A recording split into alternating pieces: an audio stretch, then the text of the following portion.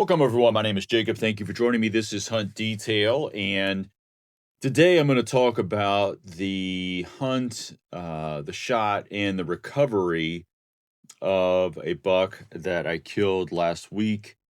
It's not the type of story that you sort of get excited to share because things didn't go as planned. And quite honestly, I don't know how many. I mean, I'm sure this happens a lot more than people will share or that you actually hear because people just don't like to talk about it. It's not something that we really want our our shot selections, our shots to go, especially when it comes to bow hunting, to go as planned. I mean, with a gun, obviously a completely different story. But I do want to go through some of this stuff because I think it's helpful to learn. I mean, when we fail, we make mistakes, whatever, we go through it, we try to learn from it, evolve, get better, and demand better, quite honestly, of ourselves. So we're going to get into that, but it is November, and I wanted to talk about a giveaway we're doing for the next 4 weeks, every week of November. I am partnered with Redmond Life, and Redmond makes the real salt, which you've probably seen. They also make Relight, which is the hydration mix, which is absolutely delicious. Delicious. It's zero sugars, and if you go to Redmond.life, you can actually save 15% on any order by using the code DETAIL, DETAIL. But this month we're giving away the Wasatch Steak Seasoning. Now it is, um, uh, I'm going to read from here. I'm just reading from their website. Is all you need to cook the savory, sizzling steak you crave. It contains clean, carefully sourced blend of organic spices combined with grass-fed powdered butter and the unrefined Redmond kosher salt for a full-bodied, peppery, sweet flavor. So you guys are putting your deer, you're putting arrows through deer.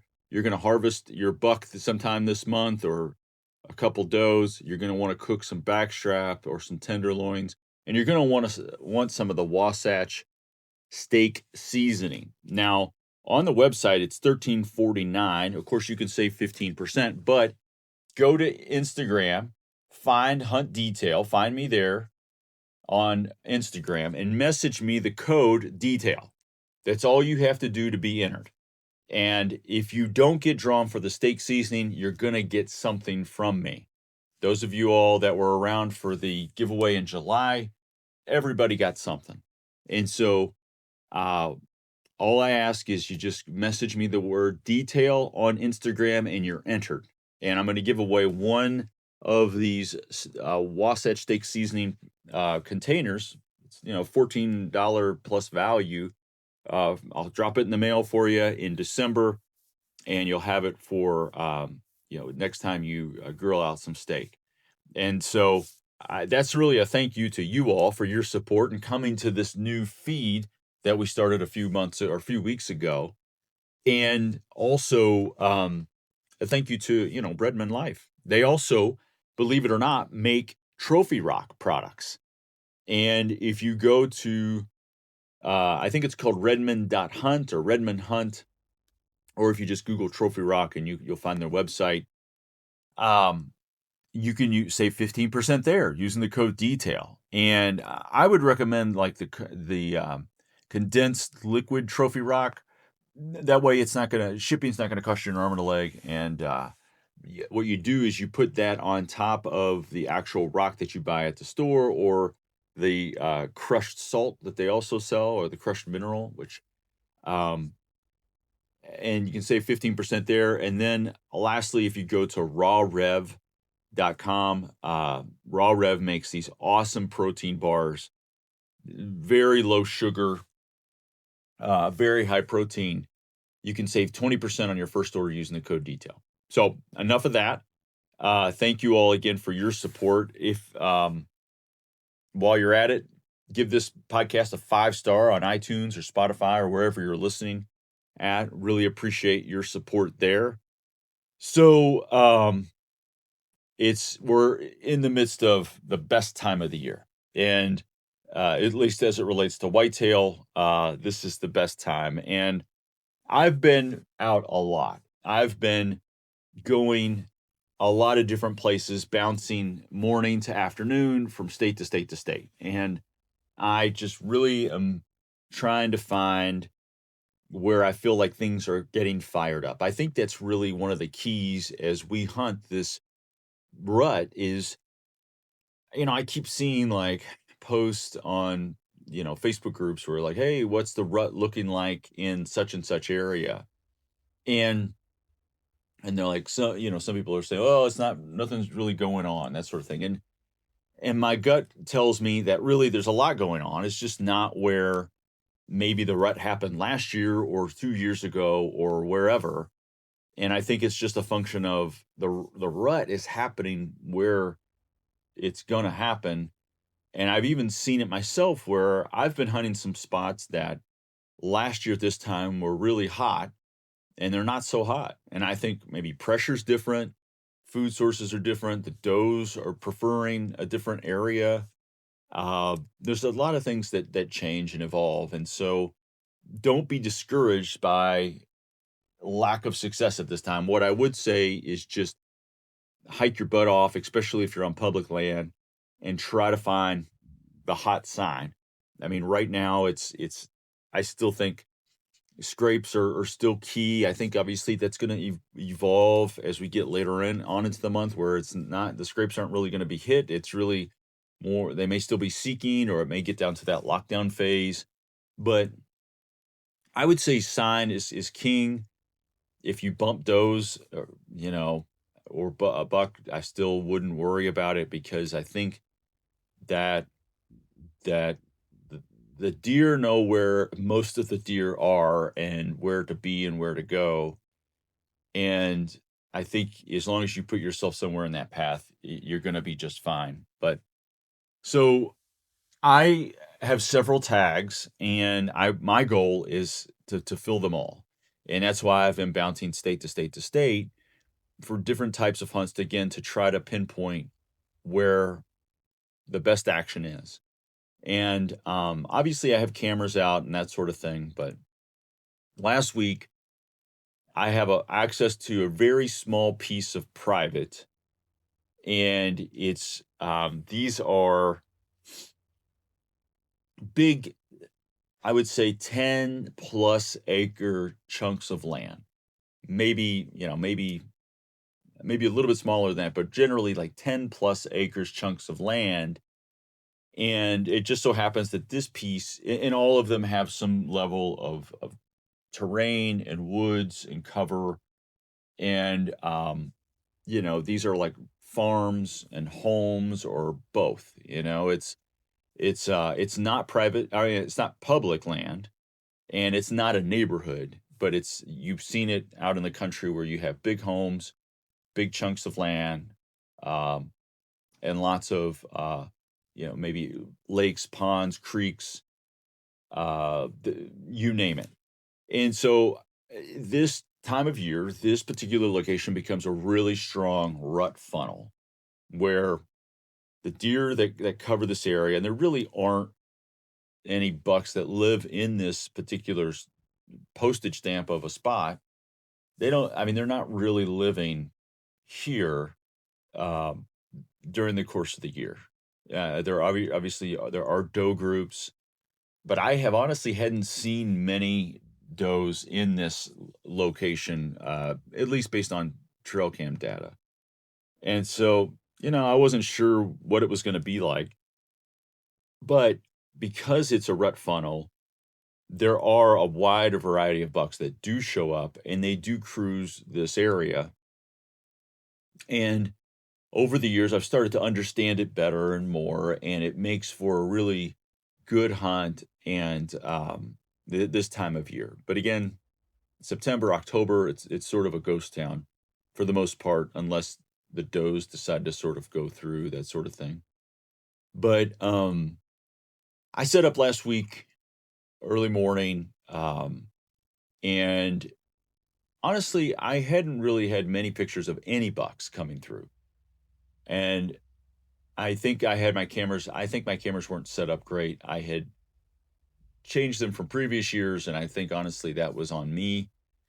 But I did catch a picture of a small buck coming through, and I thought, you know what, I'm just going to get a sit in and maybe adjust these cameras, and we'll just see what happens. And I remember it was a little bit after 8. I heard a stick break. It was a northeast wind, so I had set up in a way that put a little bit of a larger part of a creek between me and the terrain where I felt like deer might come through. They could use this terrain in a variety of different ways, and as you all know, bucks will come at a completely different way sometimes because they're trying to cover ground and pick up scent. And so, but I did have the wind in my favor, and I had experiences where there was a trail where that bucks will use to drop down and cross this little drainage and then come up on the other side. And I heard a stick break. I look up and I see a small buck, and I was like, "Oh, cool! This is great. I'll get some video of him, and I'll maybe post it or whatever. See, depending on what he does, if he adds to the scrape or he makes a rub or whatever. It's just fun to watch deer.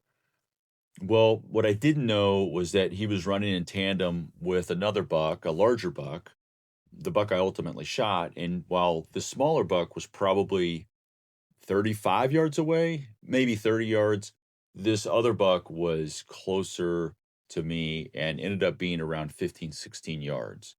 And so he really was sort of up underneath of me. And I didn't have any pictures of any bucks. As soon as I saw him, I was like, "Oh, yeah, this is one that meets the standard." Uh, Technically a 12 pointer. He's got points all over on his left side. His right side's more typical, I guess. His left side is more non-typical with all of the sort of trash. And he looked to be of good size. I like to look at, shoulders, neck, gut, all that sort of thing to feel like is this a mature buck or is this a buck that's maybe not a big 2-year old or something like that. But I do try to take that approach in terms of judging them based on their size. I mean, you can honestly tell a lot by the size of their neck. It seems like as soon as you see their neck, if it's very slight, it's like, okay, that's probably not a buck I want to shoot, regardless of the rack. But ultimately, I judged it real quick. His nose was to the ground. Both of them had nose to the ground, and I knew where he was going to be, and I wanted him to get to a certain spot, but I went ahead and drew, and he was at a quartering to angle that was again at 16 yards. So you have a combination of a couple things here. You have hard quartering to, you have sort of a steep shot. I wasn't set up real high in a tree, but you have an angle that's not great. Well, he looked up at me, and I don't know, I don't think he heard me, but I guess he could have, but he may have caught movement or both. But he looked up at me. And so I put the pin where I wanted to put it, and I wanted to either I wanted to hug / bust through his left shoulder, getting the top of his left lung and I guess the bottom of his right.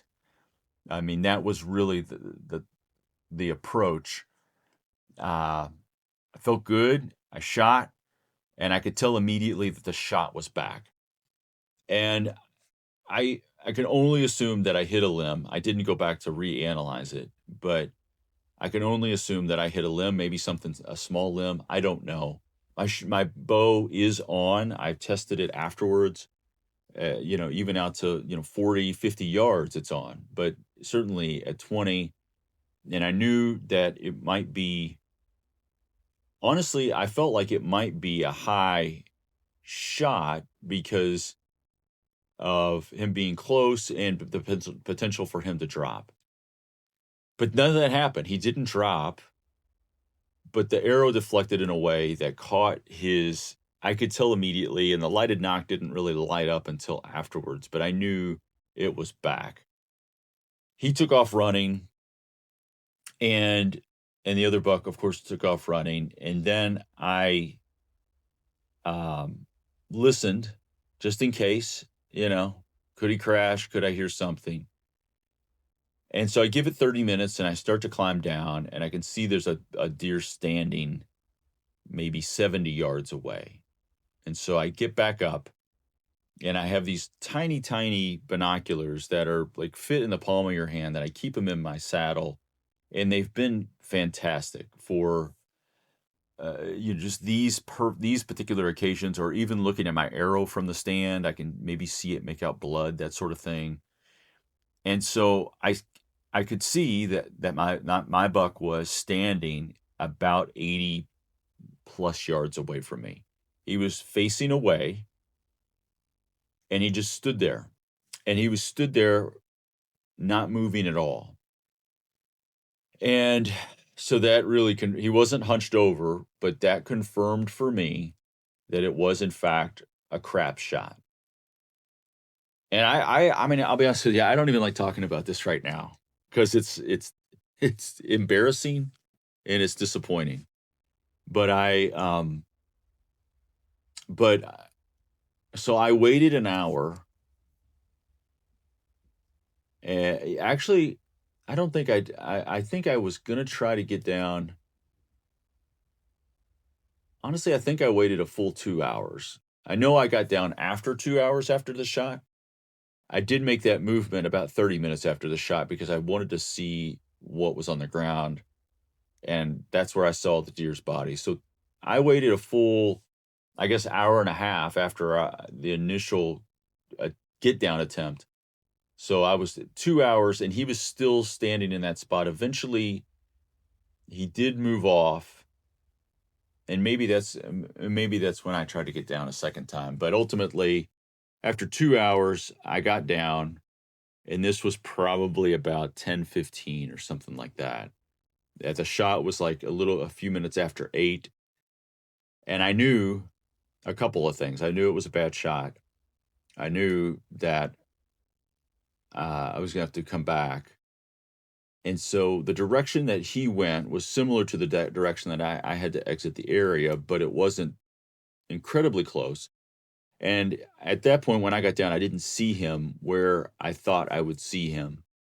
That's right. I did get down earlier because I was going to try to attempt to put another arrow in him. And I think that was an hour after the shot, now that I do remember that. And I wasn't able to do that. And then I got down, and then I quietly grabbed the arrow and left. I knew exactly where he went. It's a creek that runs east to west, and it's pretty thick on really both sides, but it's a nice bedding spot, the portion of the creek that faces north. And it's not a huge creek system. There's 2 fields on either side, but I would say from edge to edge, it's probably 75, 80 yards across before it hits field on both sides. So maybe 40 yards of cover on one side and 35 to 40 yards of cover on the other side. So I left, and I was communicating with my dad about it, and I made the decision to wait 24 hours. I said, I think this is bad enough to where it's going to take him a while to die. Obviously, with a gut shot, the animal's going to die. It's just a matter of time, and you don't like it, and I don't like it, but I knew where I thought he might be. So I went back the next day and had my dad go in on one end of the creek. I set up on the other end, the end where he entered into the creek. My dad shoots a crossbow, and he had said, "Hey, why don't you use my crossbow?" And I thought, great, I will use that. to finish him off, absolutely. And I said, I'm going to take my bow just in case I miss, because I wanted to have a backup shot. And this is really where I made the biggest mistake. Waiting 24 hours was the right thing to do. And the plan was perfect. And as my dad walked through the creek on the opposite side, sure enough, this buck got up and trotted towards me. And the mistake that I made was underestimating, or I guess overestimating the crossbow, because I felt like, oh, all I need to do is point and shoot. That's fine with me. This will be great. But trying to find that trotting buck, who was actually closer to 25 yards from me at this point, in a scope, proved impossible. Now, maybe with more practice with his crossbow, I'd never used it before. Maybe I could have been more efficient with it, and found center mass, but I couldn't. And if you imagine this moment, you see the buck you shot, he's trotting, he's right there, I'm on the ground. It's frantic. And I finally I shot over his back. So clearly, I don't think I ever found him in the scope, because if I had, I would have hit him. And it's one of those things where it's like he's getting away sort of thing, where you just don't feel like you have enough time.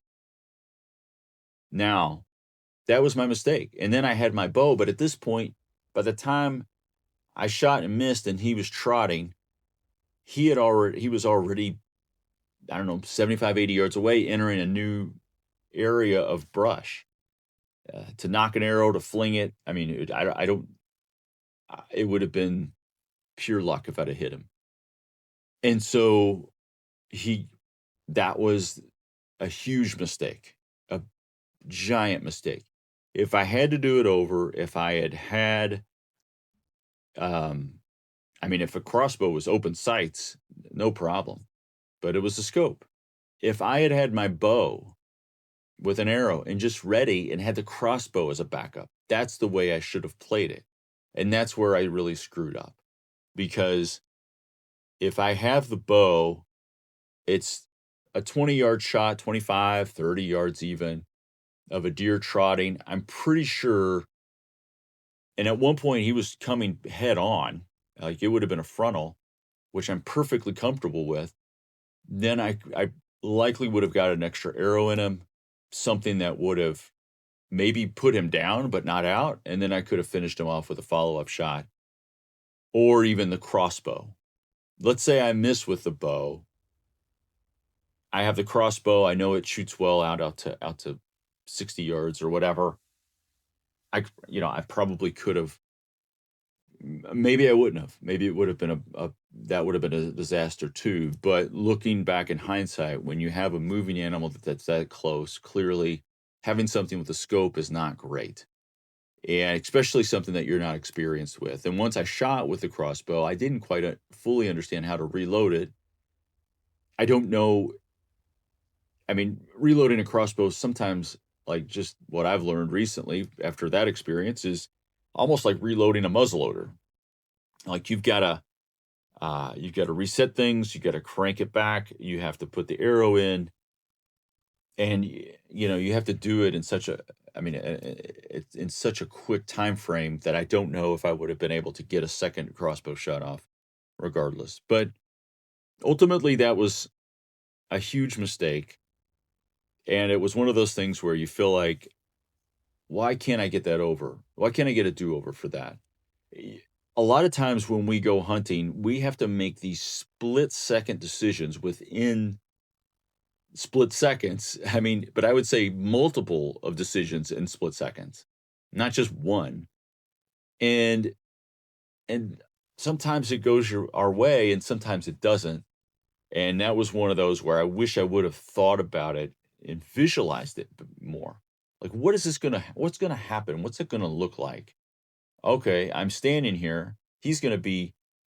I was anticipating a much longer shot, and that's why I felt really good with the crossbow, but really I didn't expect them to come sort of right at me. And so I share this because if you're ever in that situation, think about it, visualize it in a way where it's like, okay, we're going to try to see if we can find this deer. I had a gut shot. We waited. I mean, online and everything you read says, oh, wait 8 hours, wait 12 hours. Actually, I think the consensus is 12. And I was like, screw that. I got to wait 24 because I knew that this was a poor shot. So now, fast forward, we grid search a different area and try to create a setup in a way that would push that deer to me. I'm set up differently in a more thoughtful way in terms of what could happen, what might happen, what I need to be ready for. We did not turn him up, and so that is, I guess, the day after my shot. Now, the following day, I have I was able to find someone that operates a thermal drone. And I had actually reached out to a couple people, and then somebody referred this person to me, and they were incredibly less expensive than the uh, some of the other people in the market. And it was a really, I would say, from the thermal drone experience, it was an incredible. I mean, he did an amazing job. 2 hours of grid searching the entire area, and we looked at every doe, every buck, and did not turn up any that were mine. And we looked at squirrels, I mean birds, I mean just everything. And what we were really looking for was not only um deer, but also like, is there a uh coyotes, buzzards, crows, something feasting on this deer.